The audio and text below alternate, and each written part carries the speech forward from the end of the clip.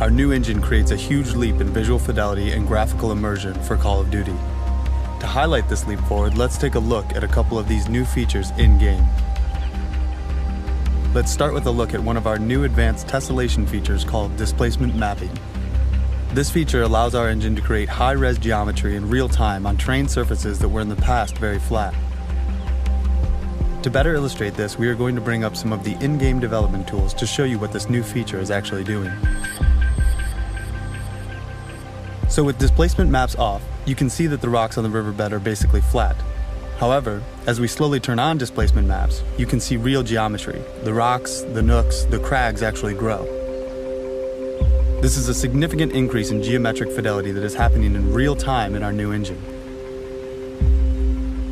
Another great new feature of the engine is called sub-D. This is a technique that takes one's blocky geometry and builds them into perfectly smooth curves.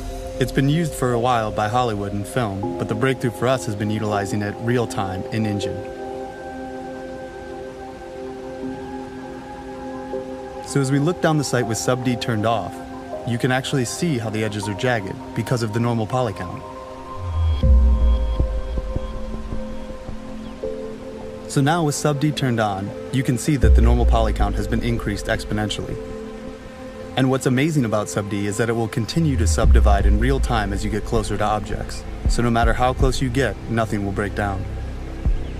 Now as you look at your player's hand and weapon with all the tech running, you can see how high-resolution textures, sub-D, the lighting, and other techniques allow us to show the most minute of details, like cuts, scrapes, and other natural imperfections.